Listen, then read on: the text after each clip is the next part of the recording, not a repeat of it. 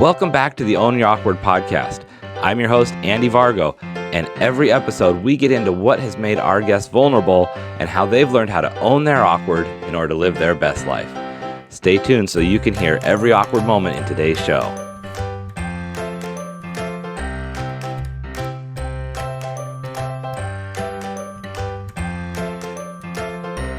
Hey everybody, welcome back to the Own Your Awkward podcast.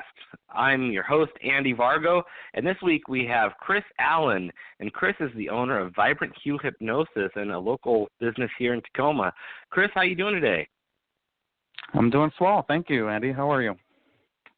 I'm great. Thanks for being on the show. Welcome to the Awkward podcast. Yeah, thanks for having me. So in a couple minutes, I'm going to put you on the spot and ask you what exactly makes you so awkward and what you've done to own it and get to the level of success that you have going on right now. But first, why don't you tell our listeners a little bit about who you are, where you're coming from, and what you do? Okay, thank you. So I've been in the helping industry, helping people make long-lasting, organic, positive changes in their life that they want, probably for the past 13 years. So my educational background is in criminal justice and counseling.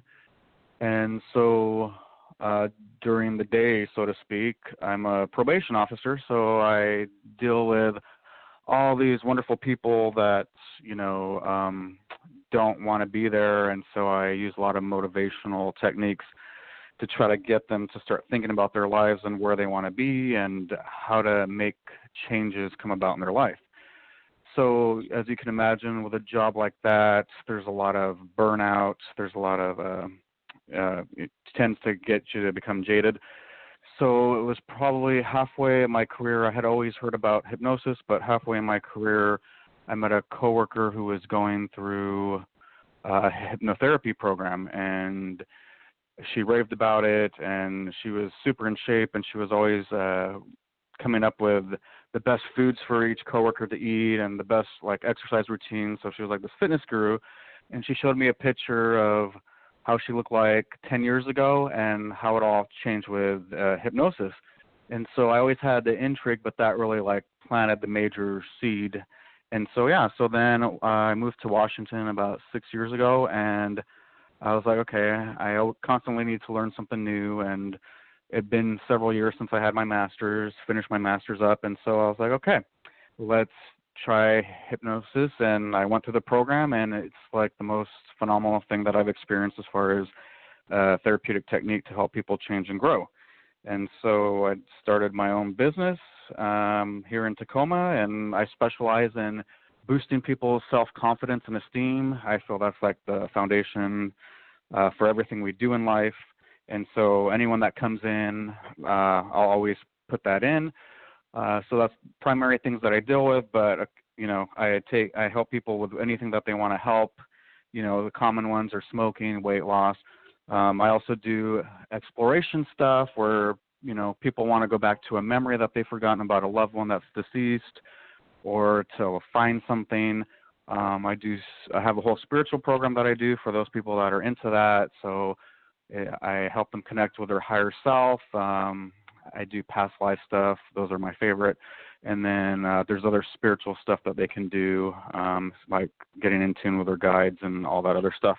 So kind of a variety of stuff, but that's what I call myself the curator of hope, just because throughout all my life interactions, my goal is always to help spotlight people's inner resiliencies and empower them and to showcase that. And so I've learned, even when I used to talk to defendants who were looking at 15 years in prison, I noticed that we all had hope, a little tiny bit, a lot of it buried underneath, but that's what kept all of us going. So that's my motivation for every interaction I have with clients or people out in the public, is for them to reconnect with that hope. And that's to me where change starts to begin, and when people can radically change their lives. And so, that is beautiful. I love, first of all, you had a lot there to go through. I love the fact that you, before hypnosis was even on your radar, that you saw the change in someone else and that's what drew you to it. That's an amazing, call out to what hypnosis can actually do for someone. I never understood it till this last year as I've gotten to know you and a couple people that are involved in hypnosis, to where, Mm-hmm. I didn't understand how it could actually change people's behavior. It's not something, it's not crazy magic. You can't work with the people you're working with during the day and secretly hypnotize them to not go back to jail, right? Exactly. It doesn't work that way. Exactly. Yeah, I know people would, always love that. But no, I'm all about empowerment. So even when I'm working with my probationers, it's all about empowerment for them, so they want to come angry and pissed off, I always put, so how are those emotions helping you to achieve what you want in life? And then after them thinking about that for, a minute or two, they realize that it's actually hindering them. So like little breaks like that is where I start to see someone, that's the first step. You become aware of it, and then everything's always in action. So you can either decide to continue having those same thoughts, blaming everybody for your problems, or you can be more cognizant of, hey, wow, I didn't realize this. I didn't realize I'm being so negative. I didn't realize I'm so critical of myself. And then you just become more and more aware of it. And just like anything, like when you buy a new car, it seems like when you buy a new car, you never noticed, I bought a Nissan Cube and I never really noticed them. And then it's like as soon as I bought them, I noticed them everywhere, Mhm. Yeah. So, yeah, that is interesting. That always happens when you get something new. It's like, oh, it's not as unique as I thought. But awareness is the key. exactly. And the other thing you said is I love how you refer to yourself as the curator of hope. That's such an empowering message because you're not fixing things for people. You're curating, you're helping them foster this hope that is what they need for that spark to get their life in order. Exactly. Yeah, and like I said, it's the most empowering thing that I've in school and stuff, and even from my my work background, it's constantly trainings on how to de-escalate somebody, how to do motivational techniques with them, all the different types of other therapy like rational emotive behavioral therapy and cognitive behavioral therapy, dialectical behavioral therapy. So hypnosis, like anything in life, usually we have to experience it. So I had to experience it first, and that's actually why I named my business Vibrant Hue Hypnosis. I was brought up that hypnosis is like voodoo and bad, and so when I finally experienced it, one of the first things I noticed once I was done with hypnosis, and they call it emerging or back acclimated to where you're at in the chair, is that all the colors were more vibrant, like my sense of touch. I just felt all these sensations more intense. So that's why I decided to call my business more Vibrant Hue Hypnosis, just because everything was so vibrant. So from that first experience, I knew that this was something different, and I don't think I've ever spoken to anyone who has done hypnosis that didn't say that they felt super relaxed and that it was enjoyable. And so that's the power of the transformation. And so that's just, a basic beginning session. That's not even dealing with, going to why. There's always a reason why we do what we do. And so as you're aware of, so we deal with the subconscious mind. So that's kind of your conscious mind would be, if you have your laptop, it's what's on your computer screen right now. And then the subconscious mind is like every single thing you have on your computer. So that would be all your pictures, all your Word documents, any video games, all that stuff.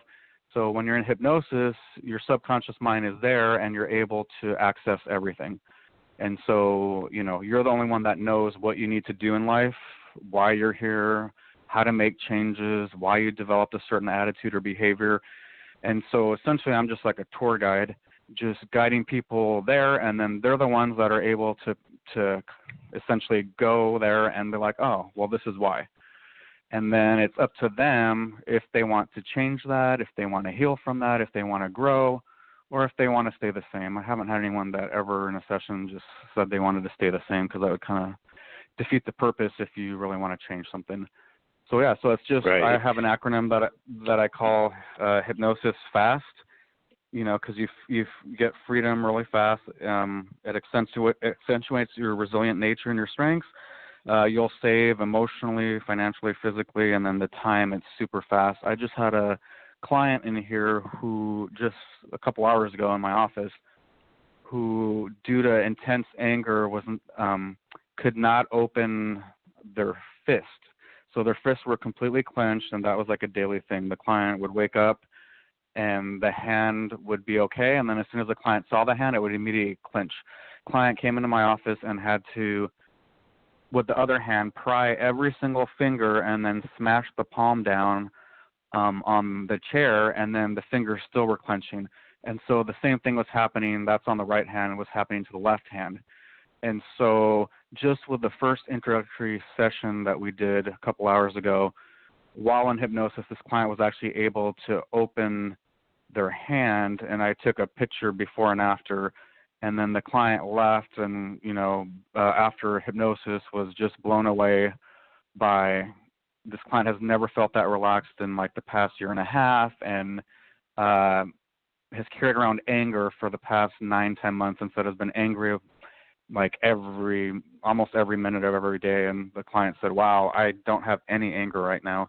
So that's, wow, to me, why I went into this business, is because, it can radically transform you like that. You immediately get a taste, it's like, I just had chai at this Indian place right now. And so that's what catches me, is immediately, if I try something and bam, it gets me, like, then that's what gets me sold. So that's what people have to have, right? Because they associate hypnotherapy with all this stage stuff and all this other stuff. So I try to provide an experience for people that they're from, as soon as they come in, like, they feel different and they want this, and then they're actually able to believe with their cognizant mind that change is possible. Right. Now, I think for so many of us, it's hardest to see our own issues, or certain things we know are holding us back. Like if you have that fist that you can't unclench, that's a physical thing that you notice, and you notice that you're different with everybody than everybody else, or if you're smoking and you don't want to smoke, or you're trying to lose weight. But what are some areas where people might see success that they might not even be aware of? I've heard people talk about, just getting past things that they want to accomplish, or they're always spinning their own wheels or stuck in the mud. Is hypnotherapy helpful for someone who just doesn't really know where they want to go, or doesn't really know what their problem is? Yeah, I tell people that you can use it for anything. So there are people that come in and they're just like, I'm stuck. I want some direction in my life. I want to do something with my life. I don't like what I'm doing right now. Like there was this lady I had, she was working at Target and just all this other stuff, and she had no idea. For years, she just kind of let people, starting with her family, dictate what she should like and what she shouldn't. So she didn't really know herself really as an adult. And so, she's like, yeah, so I just want you to help me to discover kind of something that I can cling to. And so I always tell people, you're going to connect with yourself, with your higher self, with your subconscious mind, and then that'll all be revealed. So, so she was able to get direction. Giving her the answers. Exactly. Yeah. Same thing like if you went to a mainstream therapist and you're like, tell me what to do with my life, they're not going to ever tell you what to do. They're just going to reframe what you're saying and put it in a different perspective. And then you're like, oh. And so, so for her, her subconscious mind, her higher self was related to her with animals, because that's what she loved or loves, is animals. And then she was able to get a sense of direction of where she wanted to take her life, and has even found a couple of things that she would like to study in school. So that's an example of someone who has no idea what they wanted to do. They just didn't like the way they felt. They felt stuck in life. And so this particular client, anytime he said the word smart, she would cringe and like want to throw up, and it filled her with anger. And so when I found that out, of course, during the session, I was doing all this stuff with the word smart, and she actually started smiling. And so we've done multiple sessions, and I check in with her and I always say, you're smart. And it's not that same, like the first time she said it in hypnosis, like I'm seeing this word and I hate this word, and she acted like she was throwing up, and I thought it was like something really bad. And I'm like, well, what is it? And she's like, I can't say it. And I'm like, well, spell it out. And it was smart, like that you're smart. And so so now she's able to come in and she says it with a smile, and so yeah, so she was able to get that direction in life, that she's not dumb, she is smart, and she can create her life in whatever way that she wants. She's no longer is shackled or bound by her family or other people.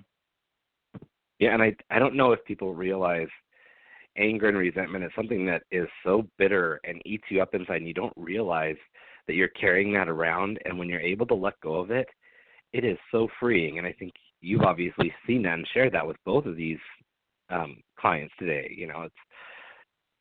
It's an amazing feeling. Yes, it is. It's awesome. So, Chris, you are obviously well-adjusted and know where you're going and have some great things going on. How have you? What's been something awkward you've had to get over or deal with or accept to really get to where you are?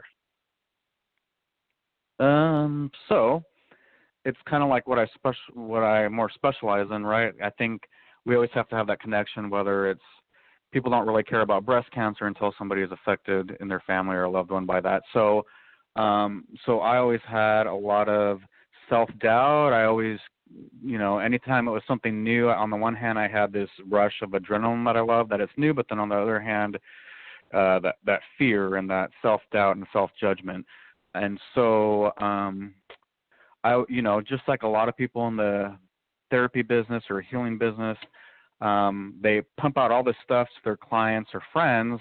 And then so I started saying to myself, like, well, what would you tell somebody in your situation? And then immediately it's like a light bulb that's like, oh, like, yeah, I would say stop being so critical, stop.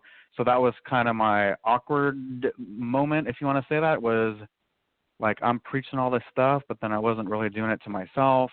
And so that's kind of like, now I'm always aware of it, and I'm always to check myself and say, hey, if this was a client, what would you say to them? You wouldn't be saying that, and then it's able to alleviate some of that pressure. So that was my awkward moment. It was like, wow, I'm telling, even people that were going away to like prison, I'm like, don't give up hope, you're not, this doesn't right. define you, and blah, blah, blah, blah, blah, and doing all this stuff. And then, something in my eyes would be minor, like, I don't know, like I didn't give myself enough time to get somewhere.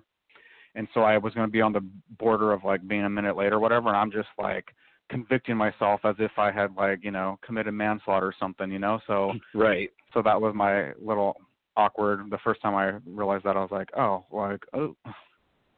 So, yeah.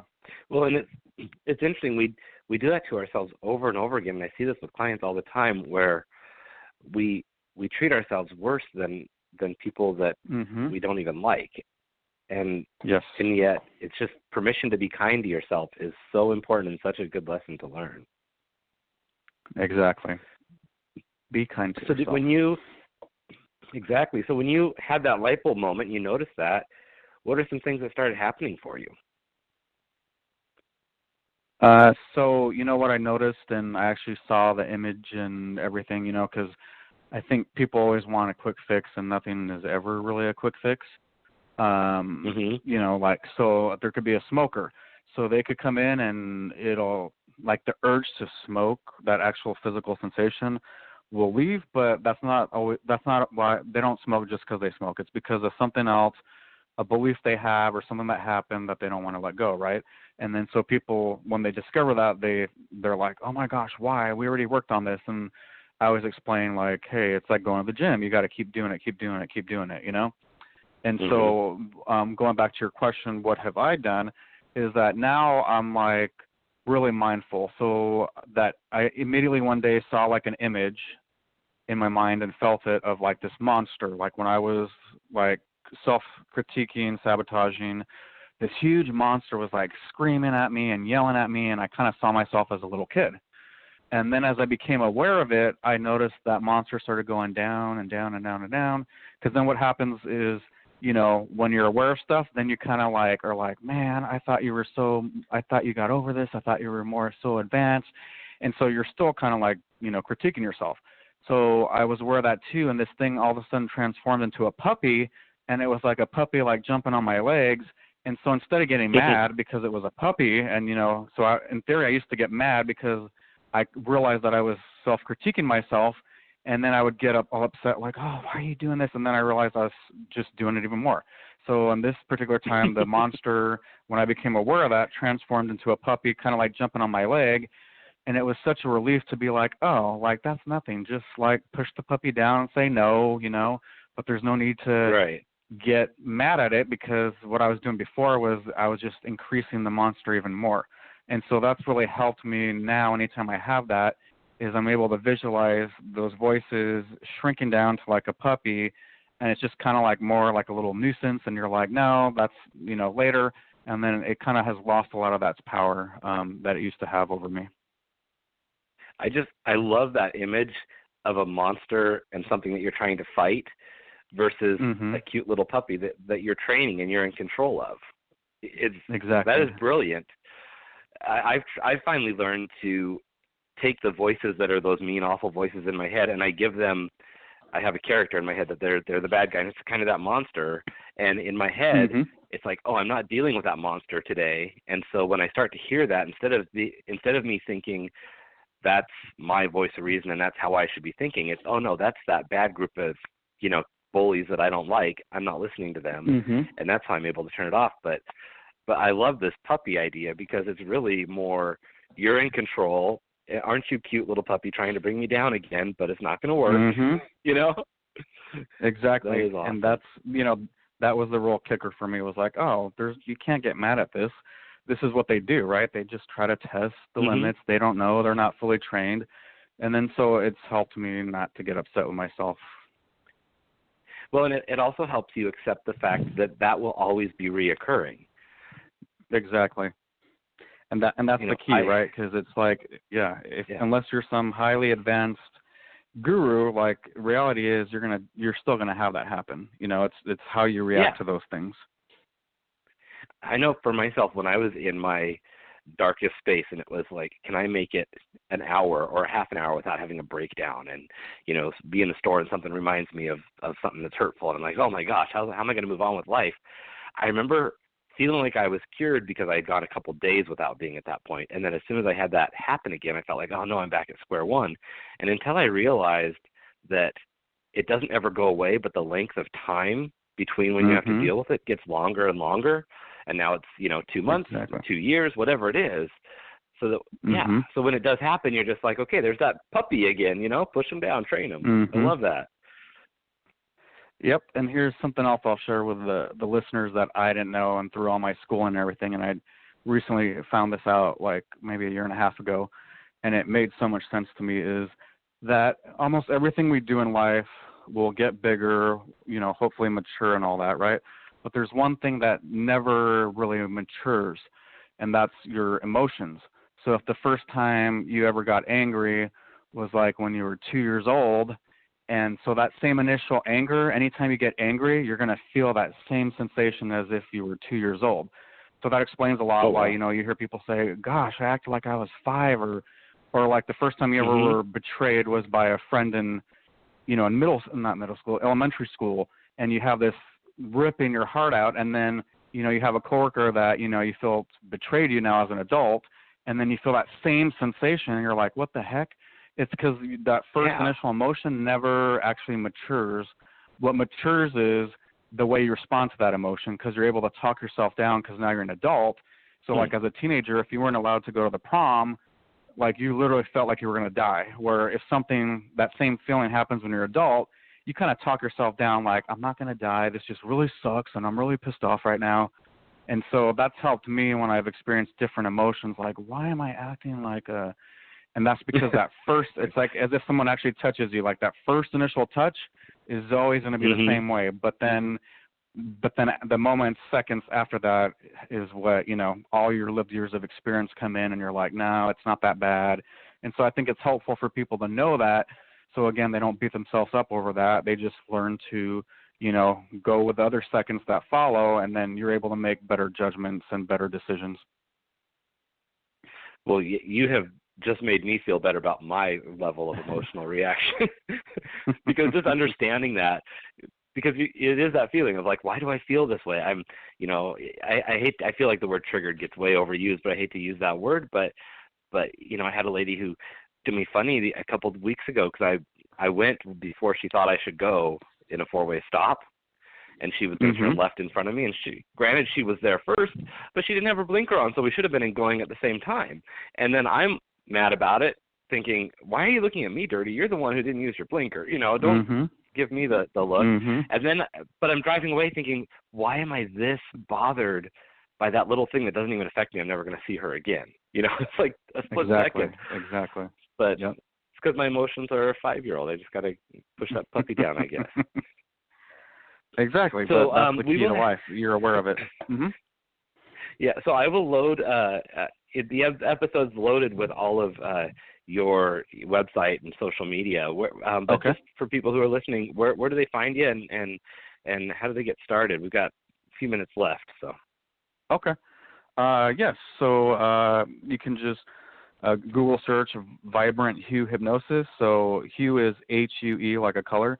So Vibrant Hue Hypnosis. You can find me on Facebook on my business page. Same way, type in Vibrant Hue Hypnosis. Instagram, Curator of Hope. Or they could just give me a call. I can give my phone number, or you'll have that up. But yeah, so just the first step is just contacting me, and I offer a free half-hour complimentary consultation session, just because I'm all about rapport and I want to feel comfortable with everybody. So that's, you know, a client's chance to discover my office, which my office is super cool. It's all superhero themed, fantasy themed, and so is the shop that I'm at, Crescent Moons. And so, you know, people love it, and so I use a lot of that, like, what other job? I love my job. What other job can I take someone into Harry Potter world? You know, what other job can you, like, mingle with Batman and Wonder Woman? So people get to experience this when they're in hypnosis, and then we're able to go into things that healing and forgiveness and all that stuff. But yeah, so I offer a free half-hour consultation where I go over what hypnosis is, you know, what they want, and they get a feel for me, and then we go from there. So there's different packages that people can get. I'm just starting something new. I call it chakra hypnosis. So those people that are familiar with what your chakras are, the 7 different types of energy that's in your body. There's different types of bodies.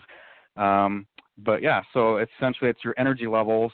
And so I'm doing something where there's a lot of chakra stuff that's going on, but what makes mine unique is that people are actually going into hypnosis, and they're also able to, like, balance or align their chakras. So that's something new that I'm doing. And I'm also starting to do vision board workshops where it's kind of like where people go and they do that paint thing or make a plan and all that, and the instructor's there and it's all fun. So actually my first one here is at Crescent Moon, I believe on November 11th. So if people want to do that, they can go on the Crescent Moon website. There's still a few spots open. And so essentially I provide all the materials. It's a 3-hour-long thing. And so if you want your dreams and your goals to be manifested, what I do is I explain what the vision board is, and I try to give all the pointers, you know, because just saying you want to be rich is not really going to have an impact. And then I'll do some hypnosis with people to really open up their creativity and what they really want. And then you just go through a bunch of magazines, and then essentially whatever calls out to you, whatever images call out to you, words, you just cut those out, and then it's like a collage that you put up, and there's a bunch of words and quotes and stuff that I have too. And then you just keep that up in your house somewhere that you see it multiple times per day, and what it does is it programs that into your subconscious mind, and then you'll notice that you start manifesting those things. So, you know, for example, I have one, I'm going to a trip to Egypt in 2019, and so I have a vision board of things I want to achieve before I go there. So the more I see it, the more it programs into my subconscious mind, and then, you know, you're able to manifest those things. I love that idea because it really brings home the idea of putting, you know, positive vibes out there and staying focused on positive, and that's what makes it happen. So hey, we are getting down to the last couple seconds here, but I want to thank you for being on and encourage all of our listeners to go check out Chris's sites and Thank you so much. I really appreciate it. It's been a pleasure. You've taught me a lot already, and I love following what you're putting on out there on your Facebook page. So thanks a lot, Chris. I really appreciate it. Yeah, thank you. I'll leave you with this one quote that I have. So I believe hope is the lifeguard of your soul. So if you take anything away from that, from the podcast, just remember that. So thank you so much, Andy. I love that. Thank you. You guys have a great day, and we'll see you next time. Thank you so much for listening in for today's show. Be sure to visit awkwardcareer.com to continue your journey. And of course, please like, subscribe, and share with your friends so they can find their awkward side and learn how to own it.